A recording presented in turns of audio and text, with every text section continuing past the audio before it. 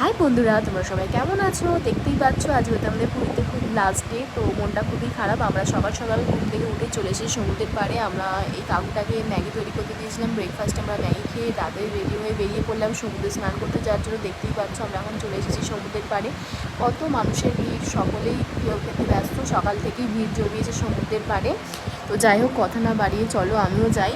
আজকে last day, তো অনেকক্ষণ থাকবো সমুদ্রের পাড়ে। তো চান করে দেখতেই পাচ্ছ চলে এসেছি, রেডি হয়ে আবার বেরিয়ে পড়েছি। লাঞ্চ করছি, দেখতেই পাচ্ছ ভাত, আলু ভাজা, ডাল, পোস্ত, এঁচুড়ের তরকারি, তার সাথে চিকেন ছিল, চাটনি, পাঁপড় তো ছিলই।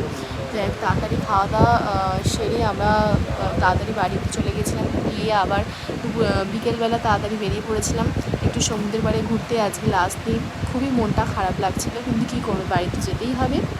তো যাই হোক, তোমরাও ছুটি কাটাতে আসতেই পারো, সকলেরই মন খুব ভালো লাগবে। তো অনেক শ্যুট করেছি, অনেক ভিডিও করেছি। তো নেক্সট ভিডিও শর্টস দেখতে পেলে লাইক কমেন্ট শেয়ার করতে ভুলবে না। তো তাড়াতাড়ি বাড়ি গিয়ে আবার ব্যাগ প্যাকিং করলাম। ব্যাগ প্যাকিং করে তো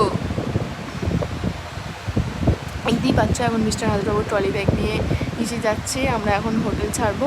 তো হোটেল ছেড়ে টোটো ধরে আমরা স্টেশনের দিকে রওনা দিলাম। চলো টাটা, পুরী আবার দেখা হবে কোনো এক সময়।